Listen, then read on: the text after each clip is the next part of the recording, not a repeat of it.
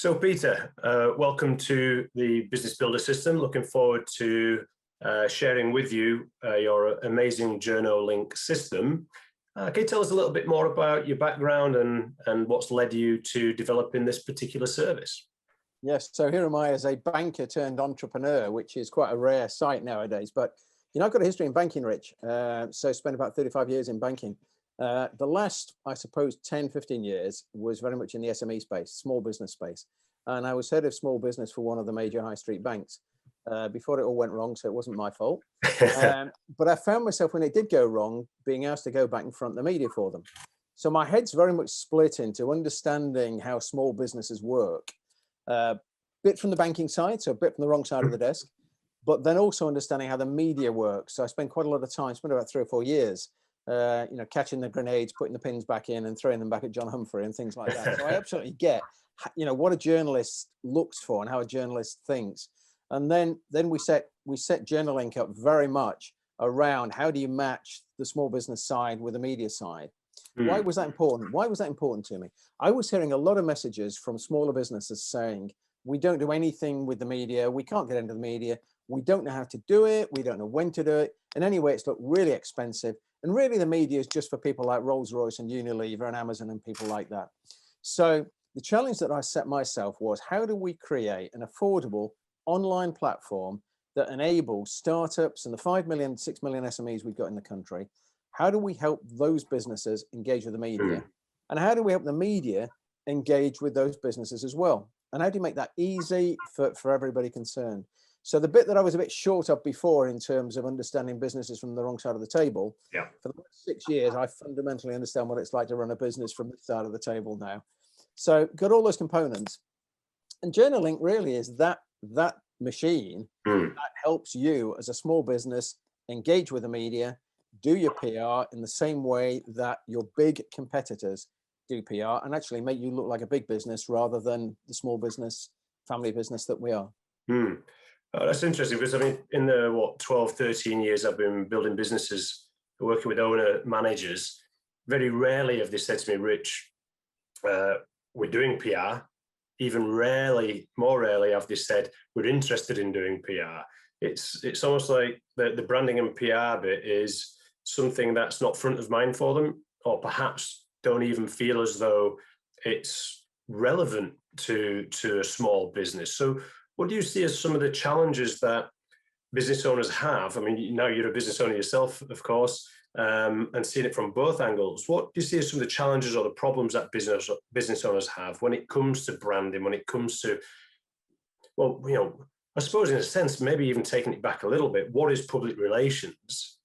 And what benefit does public relations give to a small business? So, I mean, let me take it back to when we started JournoLink. So the journey we went through was very much like the journey a lot of businesses go through, which is you get the idea, you sort of nervously bounce the idea around with people. And, interestingly, when you start a business, one of the bits of stats I remember from my banking days was when you start a business, most people will go to the pub and ask the people, their mates in the pub, what they think of the business, rather than going to a business advisor and asking them, or asking an accountant, lawyer. You get that germ of an idea. So you get the germ of the idea. Once you've got that, then you sort of go around, right, I need to set my website up. I need to set my pricing points up. I need to get the model working. I need to build it. Right. And then you get to this stage of almost surprise that you've not got 5,000 people hitting your website on day one and putting orders through. All right. Why? Well, because you've not told anyone about it. And so many, when I'm speaking to businesses, so many I'm saying to them, how do you get your message out about what you do? And a lot of the time they scratch their head and they say, well, we've got the branding right, we've got it colored right, we've got the website going. So, what's next? Well, you've got to get out and tell people about it. Then we get into, so how do you share your messages and what you do? And to a lot of the businesses that we speak to that aren't actually doing PR to start with, they'll say, yeah, but we do that through social. We reach out in social. And certainly a lot of the generations coming through now have grown up with social, and that's a perfectly legitimate way of communicating with people. But this is all part of a marketing mix. And social is part of that marketing mix. Your advertising is part of that mix. Your email campaigns are, your branding is, your website is, all part of that marketing mix. And so is PR. And when we say to businesses, well, okay, you do your outreach through social. How many followers have you got? Well, I've got 100 followers. Yeah, and they're your friends and your existing clients. What if we made that 10,000 followers? And they say, well, how do you do that? Well, quite simply, you put a press release out into the media, and you only need one journalist to pick up on your story, and suddenly you've got 10,000 eyeballs looking at your particular product, looking at your brand. And it takes a while for your brand to become recognized and people to resonate with your brand. And the more you can push out, the more you can reach out and get independent people talking about you, the better. Now, why is that really, really important at the moment? So to the point about why is PR important as part of that marketing mix, 19 out of 20 of us now, and this has been driven quite heavily by the pandemic, 19 out of 20 of us will make our buying decisions based on other people's reviews and recommendations. Very rarely do we actually go and buy stuff now without knowing anything about it. So we rely on what reviews and recommendations are saying about our products. And we dismiss almost direct advertising. So you say something good about your product, I'm not listening to you. I'm not listening to you because you're bound to do that. But an independent person saying something good about your product, that counts tenfold, you saying about it. So then we get into, well, how do you get those reviews? Recommendations? And yeah, sure, you can get some on social, but there is nothing more valuable than a recognized, trusted, independent journalist, including your brand in their column with giving you that recommendation and review. Yeah, that's the blinding flash of the obvious so far. It's the validation from a very independent source. Absolutely. Rather than some followers promoting you, you promoting you, like you say, friends and family on your social media promoting you. This is someone who a prospect would look to and trust what they're saying more than trust what you're saying. That's right. That's right. And then if you drill into, so why don't you engage with journalists to do this? You get the obvious pushbacks: affordability, don't know how to do it, don't know when to do, don't know what to do. You get all those, all those objections coming through. Now, what's really interesting, the platform we've got in JournoLink does various things, but let me pick two of those out. One, we distribute your press release for you to relevant journalists. Second thing we do is we capture requests coming from the media, from journalists, for case studies and for business comment. So, and the very best time for you as a business to get picked up and used by a journalist and put in their columns is when they want you, when they're writing something and they need that business validation, they need the case study, they need the commentary, and they ask for it. They will ask for it, and they'll come through JournoLink. They'll go to Twitter as well. We scrape stuff out of Twitter and work out which journalists are asking for what detail. So just to slow this down and just break it into those constituent parts there, Peter. Then, so what I'm hearing is there's two elements to the PR machine. There's one that's outbound from a business owner through the PR machine to the journalists and therefore the world.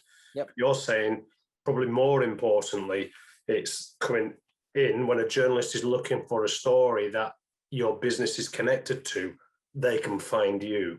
Absolutely. That's two big parts of this. There's three ways that you're going to get your brand into the media. The best way is when the journalist is saying, please give me some case studies and reach out, tell me. As an example, I'll tell you just this morning on JournoLink, we've got requests going through for Father's Day gifts. Yeah. So you've got the journalists compiling their columns for Father's Day gifts, and get your brand in that, get your product in that. That's the best advertising you are ever going to get. Yeah. So when the journalist is looking for content, best time to get it. Timing's right. You know exactly what they want. The next best time to engage with a journalist is when there's trending news going on. Okay. So something to do with the pandemic, something to do with going back on the 17th of May, something to do with how you manage the time out, something to do with bringing staff back from furlough. There is interest from a wide range of journalists on those specific pieces because that's trending news. Journalists have got column inches to fill, and they're looking for real life stories to use in whatever. But they're looking for it in the context of the trending news. Yeah. And that's what's important. That's how they get it past their editors. Then the third way is when you've got something you want to say and you want to launch your product or say something about your product. More difficult to get that into the journalist because you've really got to win them over on that story. So if you go in the cascade, when they really want it, when you know there'll be trending news and they should be writing about it, and then when you're trying to persuade them to write about it. Yeah, which is probably upside down to what most business owners might think is PR. It's like, I've got something to say and I need to trumpet it. Well, let me compare Whereas advertising. Actually, there's so much more coming the other way. Let me compare advertising to PR, right? Yeah. So advertising paid for PR. Yeah. PR earned PR, earned media coverage. So this is not Right. free. You've got to work at it. Don't expect a journalist to promote your business because you've asked them to. Yeah. Journalist has to write news to create eyeballs for themselves. What they're trying to do is extend their career. Yeah. They need good articles that they know people are going to buy newspapers or turn the television on, turn the radio on, get the listeners. They want people following them. Yeah. So, but they're desperate for your stories, desperate for your stories. But you've got to give them a good story. It's got to be differentiated. It's got to be newsworthy. It's got to have some stats in it or something like that. Something that's different that makes them pick it up. And, a key tip on this is get your headline right. So you get about 2 seconds attention span with a journalist when they first see a press release coming out. And that's all you get. They'll look at the headline, and if it's not for them, they move on. So that provocative headline has got to hook them. And you normally get about 40 characters on your iPhone heading. And that's what you've got to get your headline in. So a long rambling headline that doesn't hit it at the very beginning often gets passed by. But good headline will often hook them, and a good image will often hook them. Quite rare you open a newspaper and you see an article without an image. Sure. So good image, you've got about 4 times likelihood of getting picked up. Picture paints 1,000 words. Precisely. So when they're looking, when the news is trending, when you have something to say, they're the 4 pieces you look at. Now we've learned a lot whilst we've been going through the journaling process, and we understand how that cascade works. We understand the issues that businesses have, the when's to do it, the how's to do it, who to do it to, and all those. So the platform that we built in JournoLink absolutely addresses each one of those angles. We now compile every week a calendar of what we think is going to hit the news in the coming months. And that could be a national news day. That could be government data that's coming out. It could be some results that are coming out from specific multinationals. So that's in line with the bit where there's something trending. That's You're it. Preempting. You're looking forward to see what will trend. Absolutely. So business owners on JournoLink can get prepped and ready and get out at that time. With that. Brilliant. Absolutely. So we're trying to help you with the timing of it. In terms of the writing of it, we've got templated versions that are there that actually make it really easy to use. So to the I don't know how to do it objection, honestly, it is really easy. And the model we've got was built for me as a tech dinosaur. And I'm used as the party on the team that normally tries to break it whenever they try and bring anything new in. So I promise you, if it works for me, it will work for you. It really is user friendly how we do it. So don't be scared about the templated piece. And we hold your hand as you go through, how you do it and how you position it. And then we target the right journalists for you. So we give you lots of options. You can bring in your own journalists onto your own list to distribute to. So I'm guessing you've got we do it all. Not a little black book. You've got a very big black book of all the journalists out there. Absolutely. BBC right down to bloggers. And we very much focus around the SME sector. So, we're not so worried about the oil analyst on the FT, but we really do care about the entrepreneur editor in the Times. And at a local and regional level, so say here in Cambridge, we've got Cambridge Evening News, we've got Cambridge Independent, we've got the East Anglian Times, things like that. All of those are on there. They'll all be on there. And it's an interesting point you raise here. What's the difference between the regional press and the national press? So the national and broadcast are looking at the provocative stories. We're a miserable bunch in the UK. We love reading and looking at other people's woes. And because of that, we find our mainstream media focuses on negativities rather than positivities. And you'll see that 9 out of 10 articles that you look at on the news are sad articles. You might get one goodie, but predominantly they're sad articles. The regional media is very different. The regional media loves to promote local success stories. They like to talk and big up their region. And very, very rarely will they get the knife out or look for a negative story. So there's quite a distinction that's there. So you've got the regional who are really interested in picking up your local success story and what you're doing. Really looking for that. And the more that we see online media, the more they need to churn these stories more than, they need more and more and more content. So you got the regional stuff, you got the national stuff. So there's a distinction between the two of those, and you can really focus on, which actually plays into the favor of an SME. Yeah, it does indeed. And then the third piece in that triangle, if you like, is the trade media. Yeah. Trade media is looking at your specific type of business. They're interested in, if you're the left-handed screw organization or the right-handed screw organization, they're interested in how you've actually drilled the screws. So they really get into the detail of it. The regionals are much more interested in the generic success stories. Yeah. They might not be interested in the slightest bit the fact that you make left-handed screws. What they're interested in is how you employ people, what you're helping to do in the community, and those interest stories, rather than the precise detail about your immediate product. Yeah.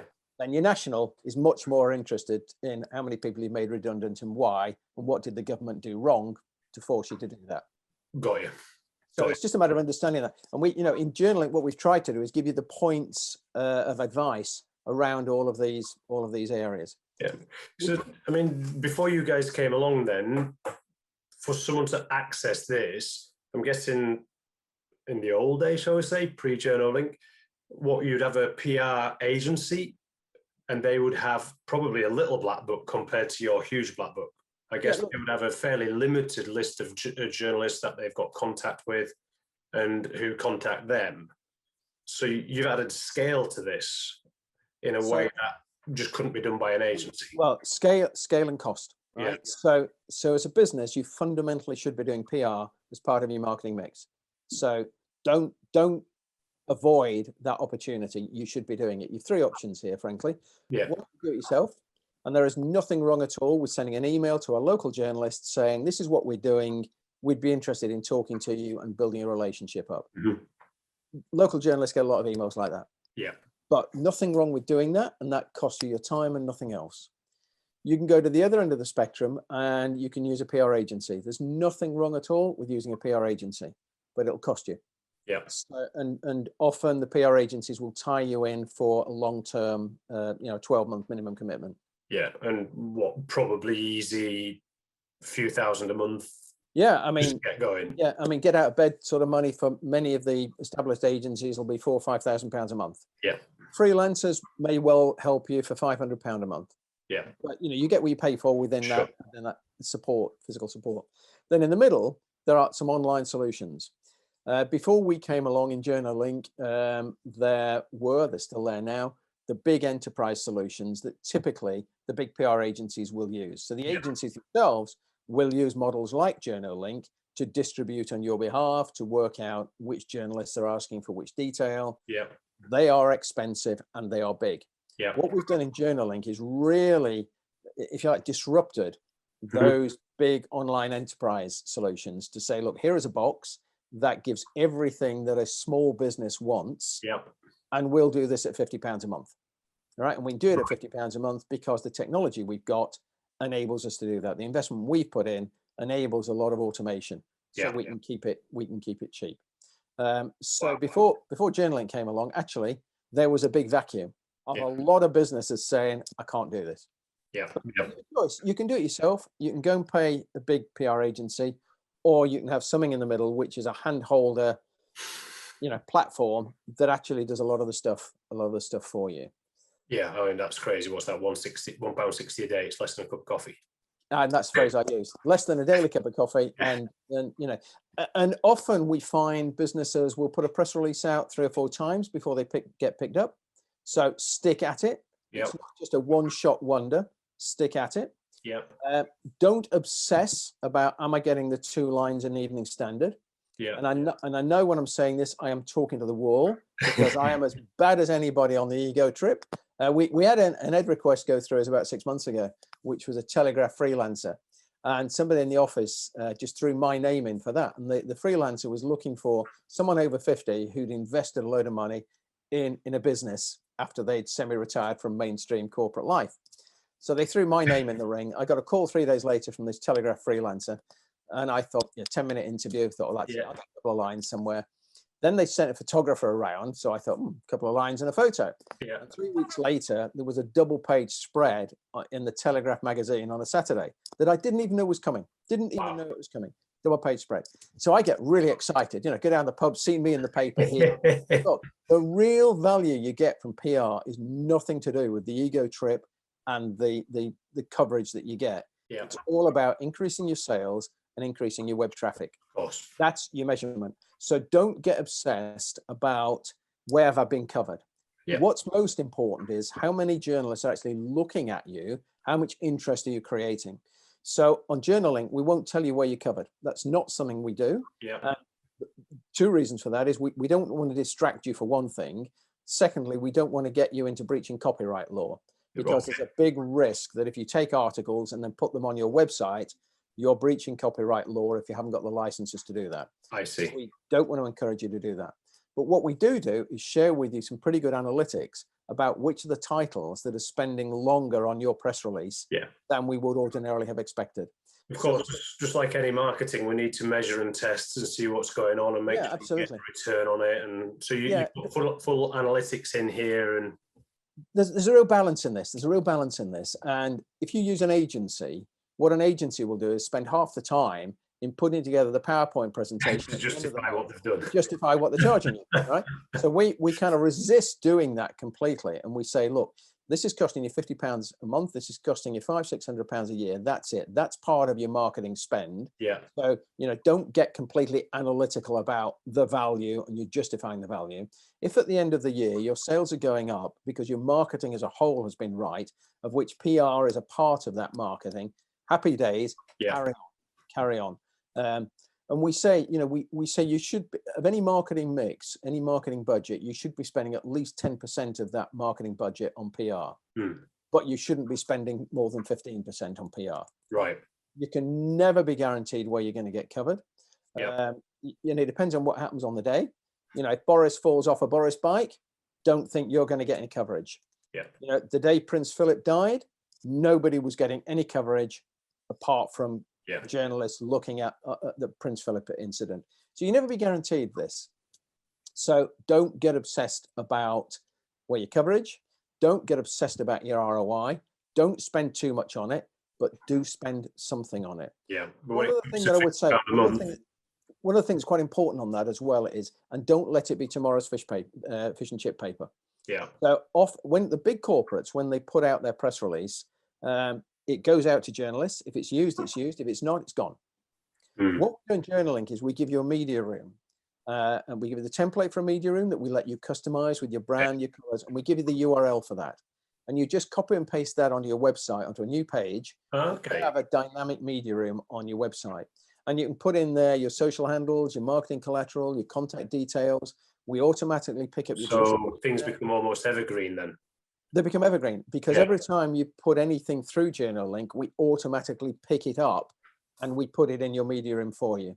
Wow. That sits on our server, so you're not going to do anything with it. We look after all of that for you, but you've now got a dynamic media room on your website that people can keep referring to. So you keep it current. That's more. I mean, I found that out running a small business in that, you get your website built and you go, right, that's that expense out of the way, website's built. And you never look at it again. And somebody visiting your website identifies that very quickly. Having the media room on there just brings the currency to your website, and it will bring sales in simply because it's there. What's just going around my mind with that is the increased credibility and authenticity that those stories make, because they're not stories you've just put onto your website. They're stories that you believe it enough to have sent it out to the world, to have sent it to a journalist to say, hey, look, this is something that's happening. This is something we're proud of. This is something we're doing. Whatever it is, you've got enough behind that as a business to say that to the journalist world. And it goes slightly one step beyond that as well. So if you look at the bigger corporates, corporates love to say, we've been covered in the Times, we've been covered in this.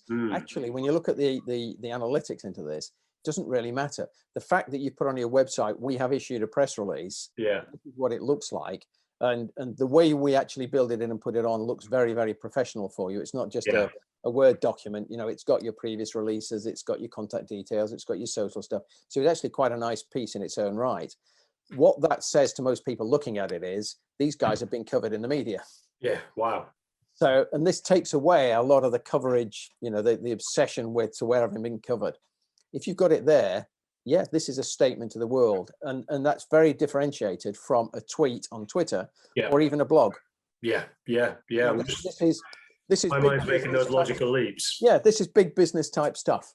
Yeah. So, you know, that's quite high value in having that media room in its own right. And as I say, 15 minutes just to customize it, and very easy to do. As I say, built for me as a dinosaur. Yeah.